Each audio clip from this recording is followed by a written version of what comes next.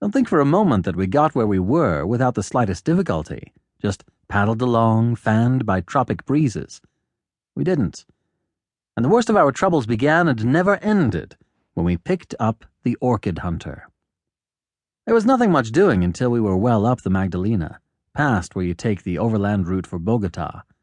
The river, before that point, had been alive with alligators, which made it unhealthy for anacondas, and, as anacondas were our main objective, we did not waste time on shore looking for other kinds of snakes. Once beyond the Bogota connection, however, we anchored and put off in a skiff to explore a small tributary. There we took our first big water snake, right at the mouth, and a pretty struggle we had too. After carrying it aboard our flatboat, we went up farther, and, a mile from the main river, came upon the most incongruous craft, deserted and tied to the bank, that you can possibly imagine in the middle of South America.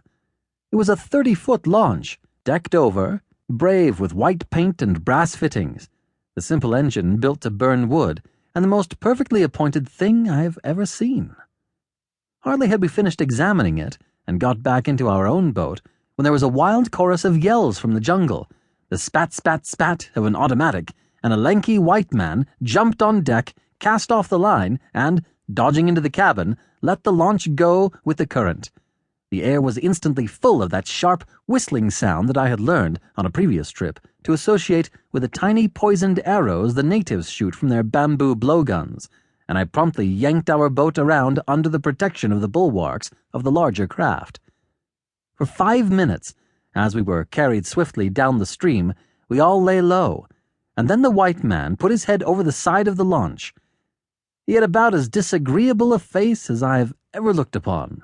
Very high forehead, long pointed nose, thick lips, and the longest curved white teeth I have ever seen in a human being's mouth. They were more like an animal's than a man's, and his first remark was quite in keeping with his appearance. "Who in the devil are you, pray?" It made me mad, of course.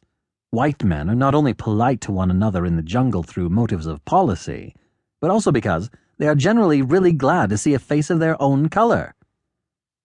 "This is King Robert Bruce, late of Scotland," I answered, "and if you include me in your polite inquiry, allow me to present myself as the Archbishop of Canterbury."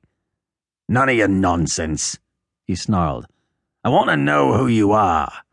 And he actually threw an automatic on us.